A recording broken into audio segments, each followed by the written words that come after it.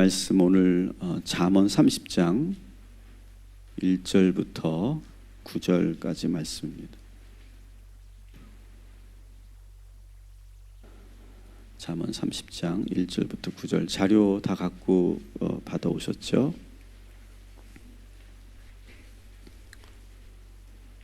1절을 우리 한번 같이 먼저 읽겠습니다.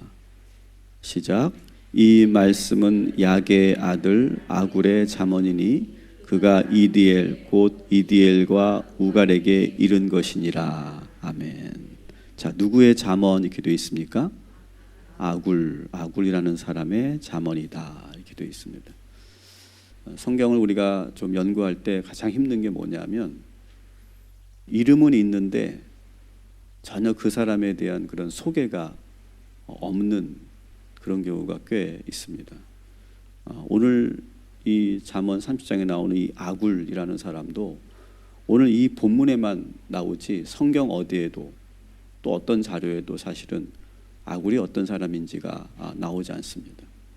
그런데 또 오늘 잠언서에 보면 한 장 전체가 다 아굴의 잠언이라고 소개할 만큼 어떻게 보면 상당히 그 지혜자로서는 영향력이 있는 지혜자였을 것이다 우리가 추측할 수 있는 그런 인물입니다.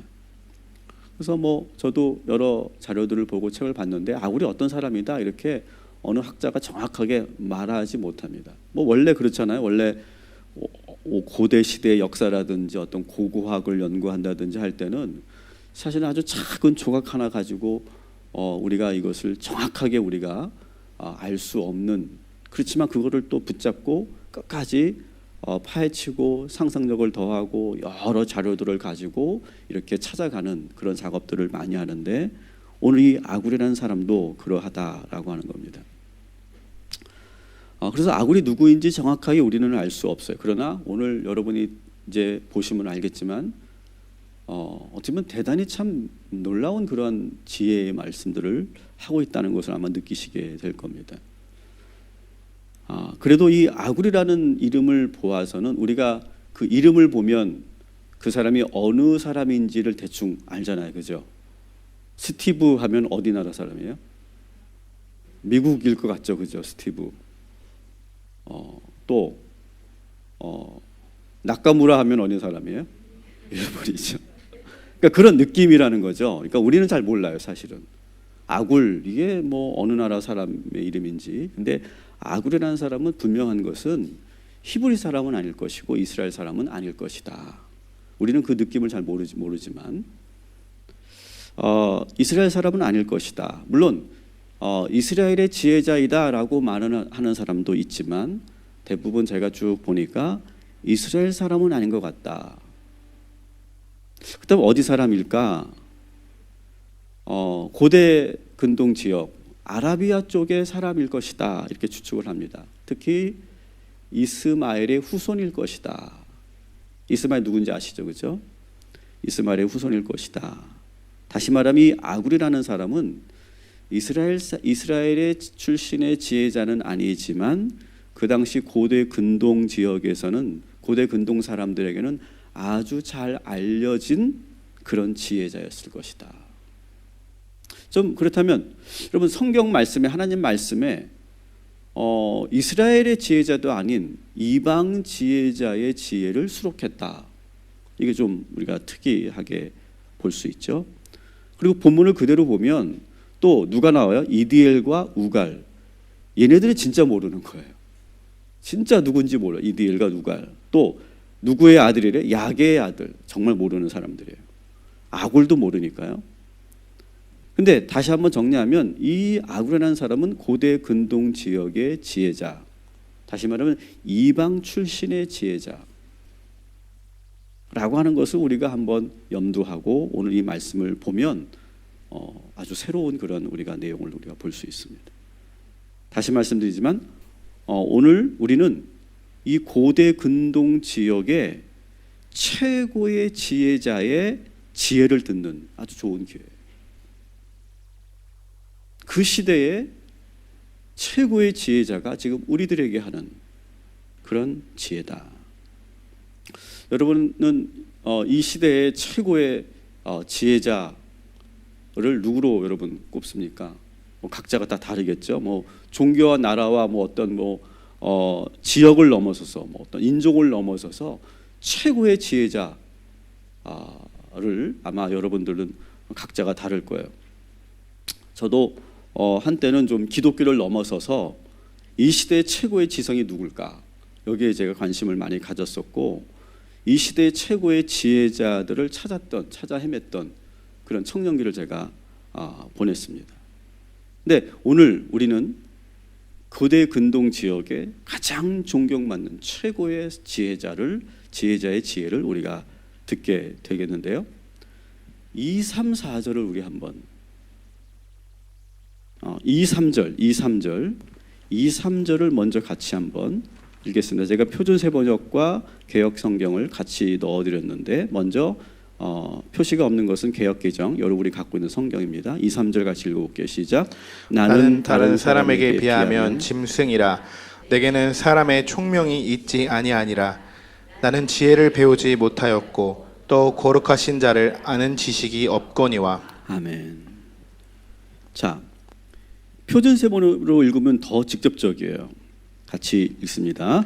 참으로 나는 사람이라기보다는 우둔한 짐승이며 나에게는 사람의 총명이 없다.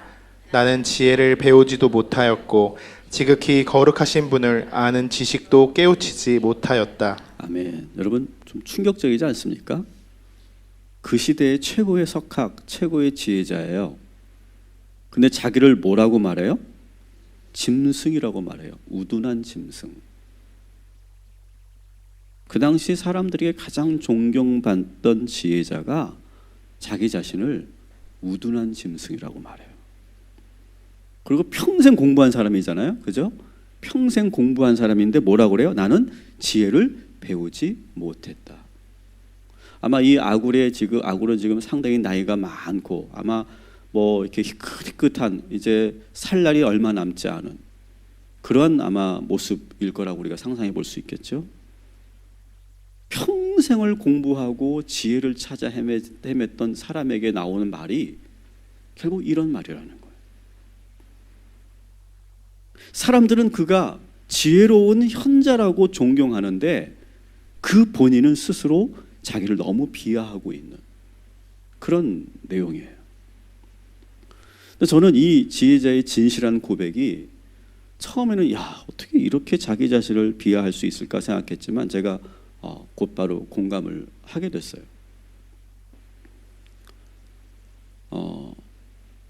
저는 박사 과정을 제가 해보면서 제가 깨달은 게 있어요. 그러니까 박사를 하기 전까지는 박사까지 가면 어느 정도 많은 지식을 내가 이제 알게 되겠지. 그런 막연한 그런 기대가 있지 않습니까? 박사가 되면 그 분야에서만큼은 마스터라고 볼 수 있지 않겠나. 우리가 생각할 때 그렇게 생각합니다. 그리고 이제 어렴풋했던 것들이 이제 딱 뭔가 이게 딱 잡히는 뭔가가 있겠지. 이런 기대를 가지고 공부를 합니다. 공부를 해보신 분들은 아실 거예요. 근데 이게 정반대라는 걸 제가 알게 돼요.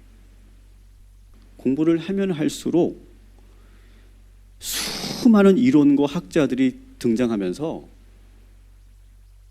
갑자기 몰랐을 때는 확실했는데 알면서 더 혼란스러워지는 거 있죠. 점점 더 모르겠고 무엇을 내 입장으로 삼아야 될지 모르겠어요. 그러니까 우리가 아는 게 한 두세 가지만 있으면 거기서 고르는 게 좋잖아요. 근데 수십 명, 수백 명의 학자들의 그런 내용을 듣잖아요. 어느 날 이 사람 얘기 들으면 이 말이 맞고 저 사람 말 들으면 저 말이 맞고 저 사람 들으면 저 말이 맞고, 근데 이걸 계속 한다고 생각해 보세요. 여러분도 경험해 보셨을 거예요. 여러분 뭐 물건을 살 때 한두 가지만 있으면 고르기 쉽잖아요. 근데 쇼핑을 할 때 내가 사고 싶은 물건이 한 10가지가 쫙 있다고 생각해 보세요. 고르기 되게 어렵겠죠. 근데 이 학문 분야가 더 그렇다는 거예요.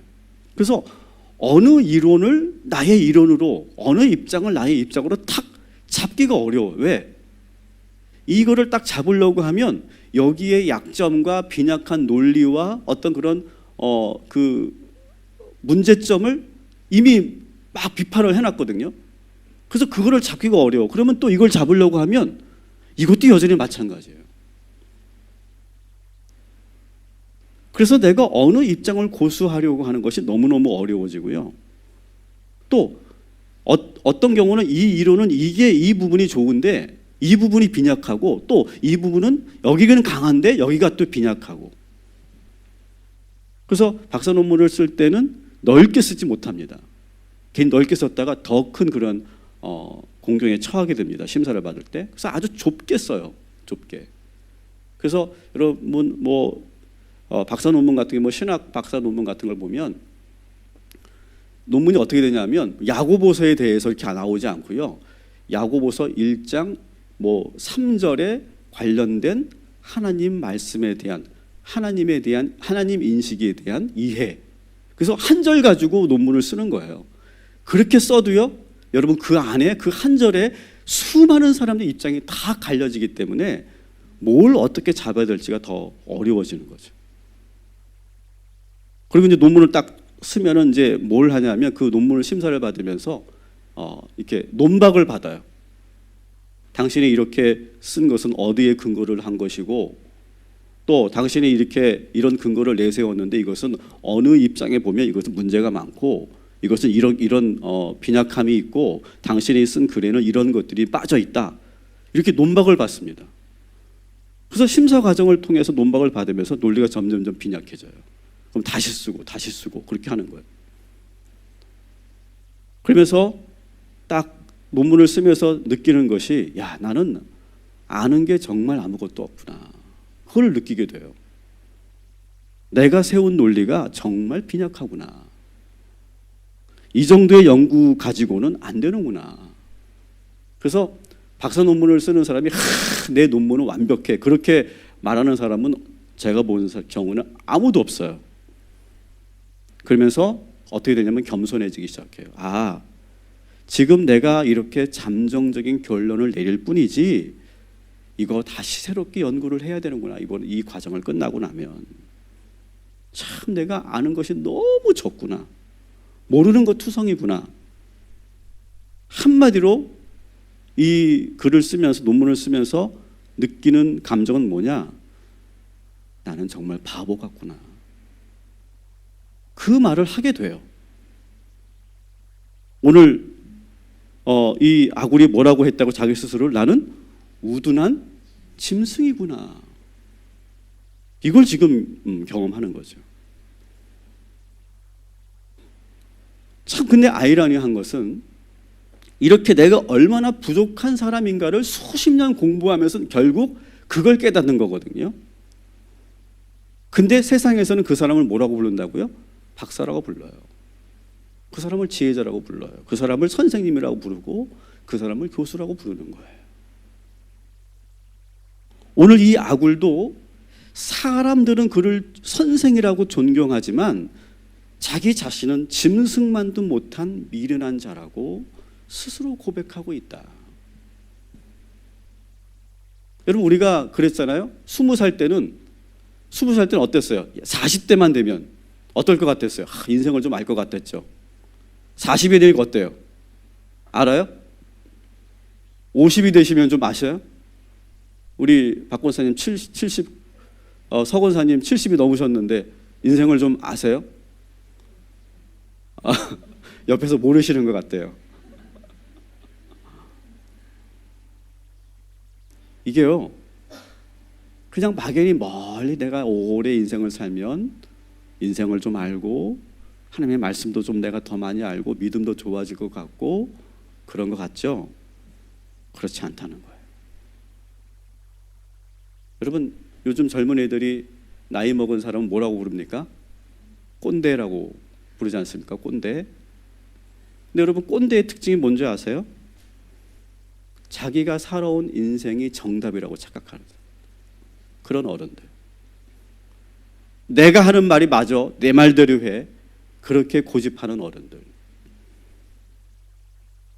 자기보다 어린 사람에게 아주 자신 있게 야, 인생이란 말이야 이런 거야, 세상은 이런 거야, 이렇게 아주 자신 있게 말할 수 있는 사람, 참 대단히 용감한 사람들이죠.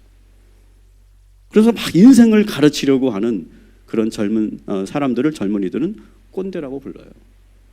그러면서 이렇게 살아, 그렇게 하면 안 돼, 나처럼 살아, 이렇게 뭔가를 한 수 가르쳐 주려고 하는 그런 사람들을 우리는 꼰대라고 부르는데, 이 지혜자 아굴은 뭐라고 합니까? 나는 아는 것이 아무것도 없다라고 말해요. 근데 여러분, 이것이 저는 우리 그리스도인들의 마인드라고 저는 생각해요. 여러분, 우리는 의인입니까? 우리는 완벽합니까? 우리는 하나님에 대해서 다 알고 있습니까? 근데 우리가 어느 날부터 어느 순간부터 우리 그리스도인들이 자꾸 꼰대 같은 그런 모습을 보일 때가 너무 많이 있어요.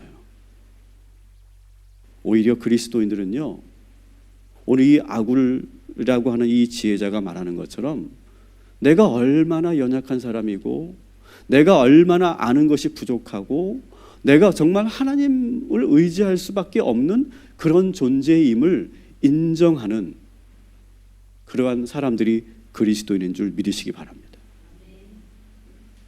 적어도 저는 우리 동탄 꿈의 교회 다니는 성도님들은 저는 그런 마음으로 우리가 살아야 된다, 그런 겸손함으로 살아야 된다는 거예요. 오늘 제가 처음에도 말씀드렸지만 놀라운 것은 이 아굴레라는 사람은 이방 출신의 지혜자인데 성경에 들어와 있다는 것은 대단히 놀라운 일이에요. 근데 우리들이 많이 들어야 될 그러한 메시지가 많이 있다는 거죠. 그러면서 이 아굴이 아주 놀라운 그런 고백을 합니다. 3절 하반절에 보면 나는 거룩한 자, 즉 하나님을 아는 지식이 없다. 더구나 미련한 짐승인데, 나는 지혜를 배운 적이 없는 그런 미련한 사람인데 더 미련하고 더 내가 형편없는 사람이라는 것은 뭐냐? 나는 거룩한 자에 대한 아는 지식이 없는 사람이었다. 여러분, 그 당시 지혜자들은요 거의 신학자들입니다. 거의 신에 대한 연구를 많이 하는 사람들이에요. 오늘과 같이 이렇게 분야가 막 이렇게 나눠져 있지 않아요. 그래서 근원을 찾아가고 신에 대한 그런 지식을 많이 알고 있는 사람들을 소위 지혜자라고 그 당시에 불렀어요. 그러나 이 사람이 이스마엘의 후예라면 그도 역시 야훼 하나님에 대한, 여호와 하나님에 대한 그러한 인식을 많이 알고 있었고, 그리고 방대한 그런 공부를 했던 사람이니까 어떻게 보면 이 아라비아 지역의 신학자이고 철학자였단 말이죠. 근데 그는 역시 스스로 뭐라고 합니까? 나는 하나님에 대해서 아는 지식이라고는 아무것도 없다라고 고백한다는 거예요. 제가 좀 전에 말씀드린 것과 비슷한 얘기인데, 제가 신학을 공부를 해보니까요, 신학을 공부하면 할수록, 제가 종교학을 공부하면 공부할수록 더 모르겠는 거 있죠. 이게 뭔가 딱 잡히지 않고 더 몰라. 그러니까 여러분들이 행복한 줄 아시기 바랍니다. 혹시 여러분 이제 이런 분이니까 내가 하나님에 대해서 더 알고 싶어, 내가 신학교 가야 되겠다, 잘 생각하세요. 절 더 모르게 만들어줘요. 그래서 이게 양파 껍질을 벗기는 것 같은 느낌이에요. 그래서 벗기다 보면 마지막에 뭔가 본질이 나올 줄 알았는데 결국 벗기면 뭐가 나와요? 아무것도 안 나오는 그런 그 허탈감이 있어요. 그래서 내가 어느 순간부터 내가 공부를 내가 하지 말아야 되겠다고 내가 마음먹은 이유가 거기 있어요. 근데 여러분, 이 아굴이 내가 그렇게 미련해서 모르는 것이 아니라 인간의 한계를 여기서 말합니다. 하나님에 대한 지식을 완벽하게 알 수 없는 이유를 말해요. 우리 4절 말씀 같이 한번 읽어보겠습니다. 시작. 하늘에 올라갔다가 내려온 자가 누구인지, 바람을 그 장중에 모은 자가 누구인지, 물을 옷에 싼 자가 누구인지, 땅의 모든 끝을 정한 자가 누구인지, 그의 이름이 무엇인지, 그의 아들의 이름이 무엇인지 너는 아느냐. 아멘. 자, 표준세번호 읽어볼게요. 시작. 하늘에 올라갔다가 내려온 사람이 누구며, 바람을 자기 손에 움켜쥐고 있는 사람이 누구냐. 물을 그 옷자락으로 싸고 있는 사람이 누구며, 땅의 모든 경계선을 그은 사람이 누구인가? 그 사람의 이름은 무엇인지, 그의 아들의 이름은 무엇인지 정말 네가 아느냐? 아멘. 우리 인간은요, 땅을 딛고 사는 사람들이에요.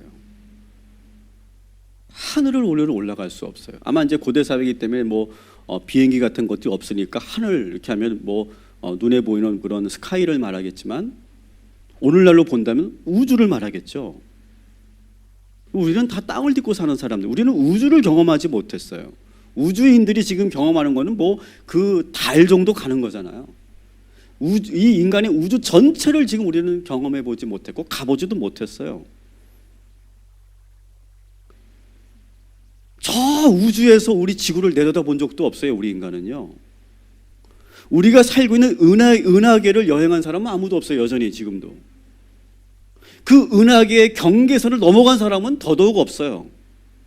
이 우주의 끝이 어디 있는지 상상조차 우리는 할 수 없어요. 이 우주가 어떻게 운행되는지, 또 누가 운행하고 있는지, 어떻게 이 우주가 생성되었는지 우리는 전혀 알 수 없어요. 그렇기 때문에 우리가 이 세상이 어떻게 돌아가는지, 어떤 원리로 작동하는지 우리는 거의 몰라요.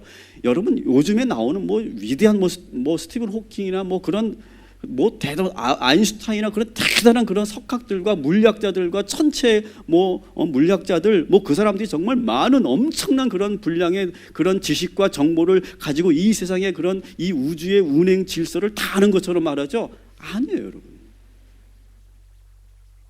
우리가 알고 있는 물리 법칙, 생태계, 이 수학적 지식, 실험과 관찰, 여러분 이것만 가지고는 이 세상의 모든 걸 다 설명할 수 없고 알 수가 없어요. 더구나 하나님을 안다고 정말 무식한 사람은 하나님이 있다 없다를 이미 자기들이 규정하는 그런 무신론자들. 이렇게 우리가 말할 수 없다는 거죠. 더 공부하고 더 깊은 그런 지혜의 세계로 들어갈수록 인간은요, 정말 미천한 존재라는 것을 느끼게 되는 것이 진정한 지혜라는 거예요.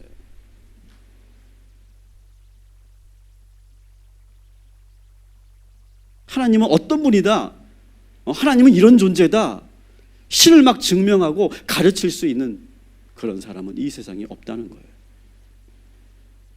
아굴은 수천 권의 책을 보았고 또 수백 권의 책을 쓰기도 하고 수많은 그런 제자들을 가르치고 그랬지만 결국 죽기 전에 그가 고백하는 것은 나는 하나님에 대해서 아는 것이 아무것도 없다는 것을 깨달았다.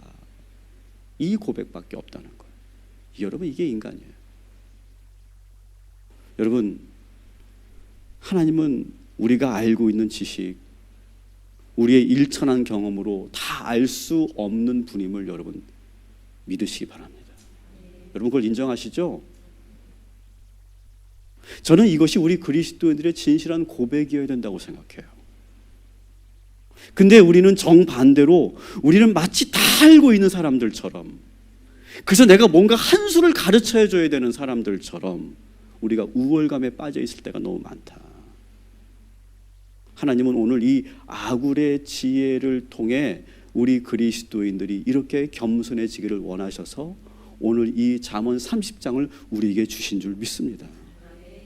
여러분, 이 시간 하나님 앞에 우리는 모두는 겸손할 수밖에 없어요.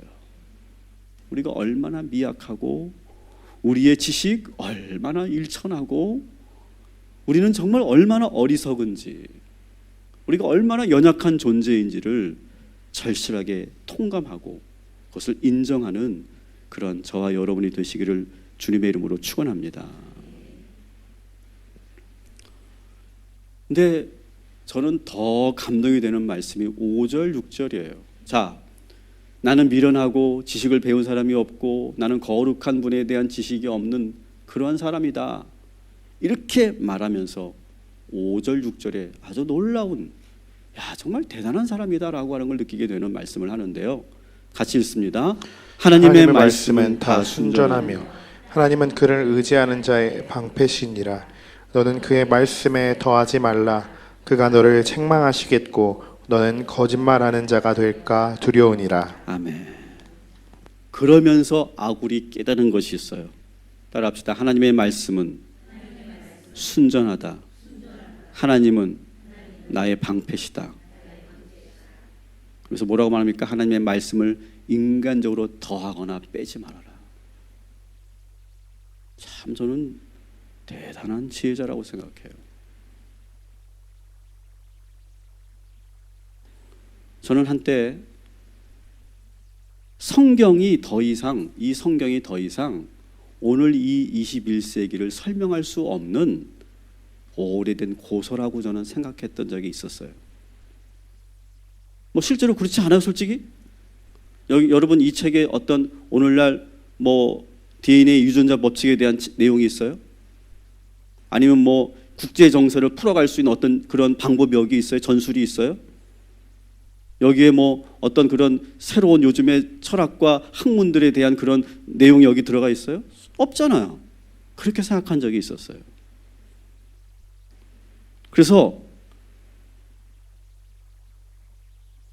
시대에 뒤떨어진 첨단 과학과 오늘날 연구 분야를 따라갈 수 없는 비과학적이고 비학문적인 고대 문서다. 이렇게 생각한 적이 있었어요. 그러다 보니까 저는 어떻게 했을까요? 최신의 학자들의 연구 동향을 막 따라가려고 했던 적이 있었어요. 그러니까 우리 시대에는 들어보면 보셨을 거예요. 뭐 저와 똑같은 그런 관심 분야가 아니셨을 테니까 여러분들은. 근데 제가 살던 시대에는 아주 유명한 그런 철학자는 뭐 하버마스 같은 사람이었고, 뭐 하이데거라고 하는 사람, 뭐 그리고 막 이제 1990년대로 넘어가면 이제 막 뭐 프랑스 철학자들이 막 이렇게 부흥하면서 미셀 푸코라든지 뭐 포스트 모더니즘이라든지 뭐 구조주의, 기호학, 뭐 프랑크푸르트 학파, 뭐 뭔 말인지 모르시겠죠? 막 이런 것들을 제가 막 공부를 막 하고 이해하려고, 모르면 안 되고, 이걸 모르면 되게 내가 잘 못 사는 것 같고 되게 내가 뒤떨어진 것 같은 그런 느낌. 근데 요즘엔 제가 그런 공부를 전혀 안 하고 오랜만에 이제 최근에 이제 학위를 받고 돌아온 그런 동료들과 친구들 만나서 대화하면 얘네들은 뭔 말하는지 모르겠어요. 이미 여기 제가 말하는 사람은 다 옛날 사람들이고 최근에 나온 학자들의 그런 이론들을 가지고 얘기하는데 못 따라가는 거예요. 어느 순간 제가 깨달은 거죠. 따라합시다. 헛되고 헛되니 모든 것이 헛되도다. 이 전도서에 나오는 말씀이죠. 다 모든 것이 헛되구나. 그러면서 점점점 제가 목회를 하고, 그리고 우리 성도들과 함께 호흡하며 같이 살면서 내가 계속 수많은 설교를 준비하고 성경을 연구하면서 깨달은 것이 뭐예요? 성경이 진리다. 성경은 하나님 말씀이고, 그리고 이 하나님 말씀만큼 변하지 않는 진리는 없구나. 그것을 제가 깨닫게 됐어요. 아굴이랑 정말 어떻게 보면 거의 비슷한 저는 궤적을 걸어갔다고 저는 보여져요. 아굴이라는 이 지혜자는 수천 년에 이미 그렇게 제가 방황하고 걸어갔던 그 길을 쭉 걸어가고 나서 오늘 이 말씀을 하고 있는 거죠. 수많은 책들을 봤겠고 수많은 그런 지혜의 그런 수업을 배웠겠지만 그가 내린 결론은 뭐냐? 오직 하나님 말씀만이 순전하다. 그러면 정말 놀랍고 감동적이지 않습니까? 여러분, 오늘 여러분이 가지고 있는 이 하나님 말씀이 진리이고 가장 순전한 진리임을 믿으시기 바랍니다. 이렇게 아굴이 자신의 그 연약함과 한계를 고백하고 나서 갑자기 이 아굴이 무릎을 꿇고 기도를 하기 시작합니다. 7절부터 9절이 갑자기 기도 문으로 바뀌어요. 아굴이 그 겸손하게 무릎을 꿇는 거예요. 그렇게 사람들로부터 존경받고 석학이라고 학자라고 선생이라고 지혜자라고 그렇게 추앙받던 그 사람이 결국 하나님 앞에서는 아무것도 아님을 인정하고 무릎을 꿇는 장면이에요. 그러면서 이렇게 기도하죠. 같이 읽습니다. 7절부터 9절까지 시작. 내가 두 가지 일을 주께 구하였사오니 내가 죽기 전에 내게 거절하지 마옵소서. 곧 헛된 것과 거짓말을 내게서 멀리 하옵시며 나를 가난하게도 마옵시고 부하게도 마옵시고 오직 필요한 양식으로 나를 먹이시옵소서.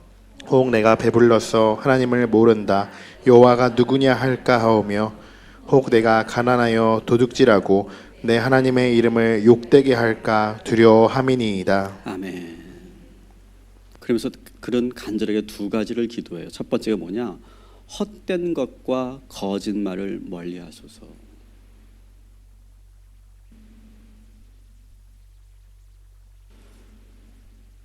저는 소위 학자들이라고 하는 사람들의 이면을 저는 많이 알고 있습니다. 뭐 가까이 지냈던 동료들이니까요. 제가 그분들을 제가 오늘 디스하려고 하는 것은 아닌데 오늘 이 말씀을 제가 묵상하면서 제가 드리는 말씀이에요. 공개적으로는 학자적 양심을 말하지만 그들 내면에 얼마나 많은 공명심과 그 권력욕이 있는지 저는 그걸 알거든요. 또나 어떤 학자들은 이미 자기 연구가 타당성이 없다는 걸 알면서도요, 마치 그것이 우리 시대에 필요한 그런 이론인 것처럼 주장하는 경우도 있어요. 왜냐하면 그렇지 않겠어요? 수십 년을 그걸 연구했어요. 평생을 연구했어. 근데 이 시대가 달라지면서 이 연구가 이제는 의미가 없는 연구가 돼버렸어. 그거를 사실 본인도 알고 있어. 내가 이것을 공부하고 이것으로 내가 전문가가 되기 전까지 수십 년을 공부했고 유학까지 갔다 왔고 엄청난 시간과 돈을 투자했어. 근데 지금 내가 연구한 것이 한물간 것이라는 것을 내가 인정하는 거, 여러분 쉽겠어요? 대단히 어렵죠. 아마 그걸 인정한다면 그 학자들이 너무 허무하고 고통스러운 일일 거예요. 그래서 계속 그것을 여전히 지금도 의미 있는 것이라고 말하는 그런 학자들이 있어요. 저는 충분히 이해해요.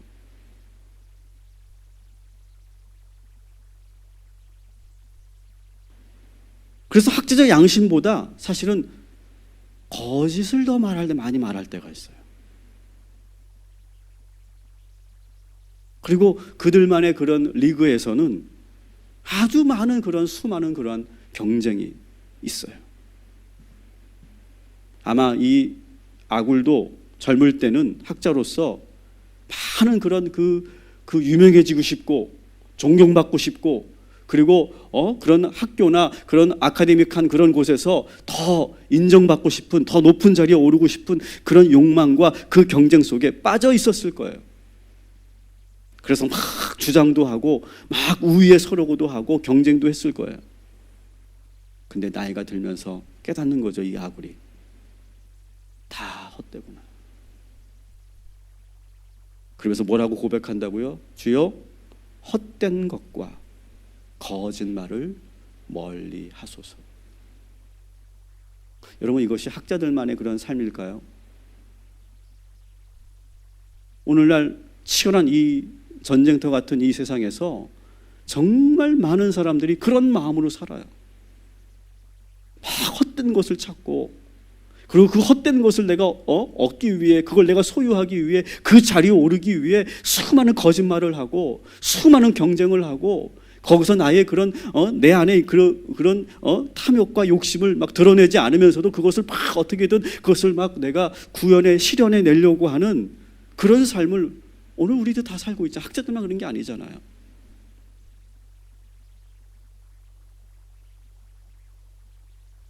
여러분, 아굴은 자기의 지난 날을 지금 회개하는 것이죠.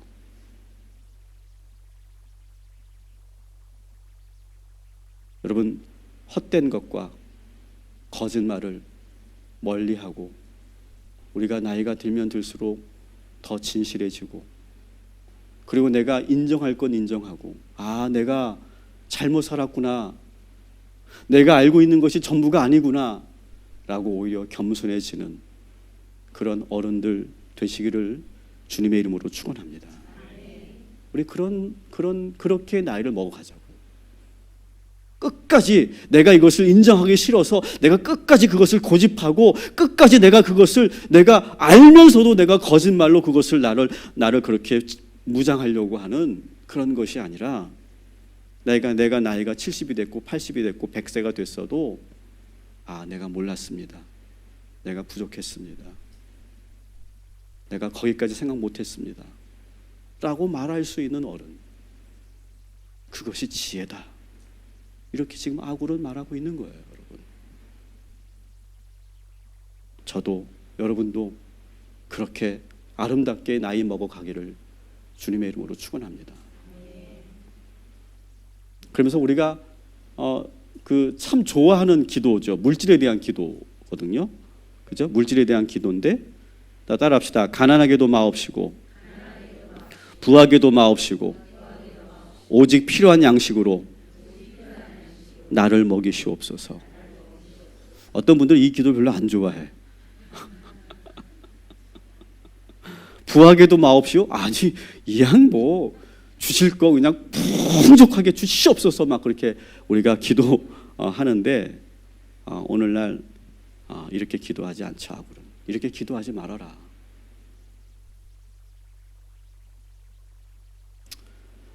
요즘에 오늘 제가 좀 그 학문의 세계 학자들의 그런 이야기를 제가 좀 많이 하게 되는데, 요즘 사회는요, 열심히 공부해서 학자가 돼서 먹고 살기가 좀 어려운 시대가 됐어요. 그죠? 그럼 박사 학위를 받고 인천공항에 입국하는 박사들이 하루에 3명이랍니다. 뭐 통계가 지금 나온 건 아니니까 그냥 그렇다는 거예요. 일단 박사 실업자들이 얼마나 많은지 몰라요. 강의를 할 수 없는 교수들이 지금 점점 많아지고 있죠. 생계 자체가 어려운 분들이 얼마나 많은지 몰라요. 작년에 일본에서 이런 뉴스가 있었어요. 최근에 일본에서 종교학으로 오랫동안 연구하고 평생을 가르치는데 전념했던 어느 한 학자가 자기 집에서 굶어 죽었다는 기사가 나왔어요. 종교학자였는데. 일본은 그래도 한국보다 인문학을 더 많이 인정해주고 지원해주는 나라입니다. 상당히 그런 시스템이 잘 되어 있는 나라임에도 불구하고 그런 학자가 굶어 죽었다는 거예요. 그러니까 일본이 그 정도니까 사실 우리나라의 문과대 교수들은 말할 것도 없어요. 지금 정말 비참하거든요. 그래서 여러분 혹시 우리 아이가 엄마 나 공부 끝까지 할래요? 여러분 말리세요. 진짜 말리세요. 돈은 돈대로 들고요, 학위 받고 돌아와서 강의할 것도 없어요, 진짜. 그래서 그들의 제 동료들의 그 삶을 보면요, 정말 힘들어요, 정말. 그렇게 어렵게 공부하고 와가지고 내가 알고 있는 지식을 전달할 수 있는 그런 장이 없어요. 우리나라가 대단히 지금 문제가 많죠. 그런데 이게 오늘 시대만 그런 게 아니었던 것 같아요. 아굴도 지혜자로서 많은 사람들의 존경을 한 몸에 받는 인물이었지만, 그 역시 제가 오늘 말씀해 보니까, 오늘 말씀을 통해서 깨닫게 되는 건 보니까 생계의 어려움을 겪고 있었던 것 같아요. 그래서 이 물질에 대한 기도를 하고 있는 거예요. 여러분, 이것을 우리가 기복신앙이라고 말하고 기복적인 기도라고 말합니까? 그렇지 않죠.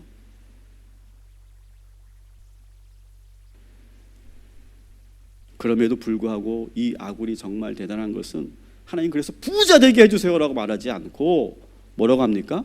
부하게 하지 말아달라고 기도해요. 가난하지도 말고 부하게도 말아주시옵소서. 그러면서 그 이유를 말하죠. 9절 다시 한번 읽어볼게요. 시작. 혹 내가 배불러서 하나님을 모른다 여호와가 누구냐 할까 하오며, 혹 내가 가난하여 도둑질하고 내 하나님의 이름을 욕되게 할까 두려워함이니이다. 아멘. 교수가 되기 위해서 너무너무 어려우니까 여러분 다 아실 거예요. 그 학교에 기부금을 내고 들어갑니다. 몇 억을 내고 들어가요. 이게 뭐예요? 도둑질을 하는 거죠. 공정하지 못한 경쟁을 하는 거죠. 학자들이 다 그러고 있어요. 여러분, 학자들이 이 정도면 다른 일반 사회는 어떻겠어요?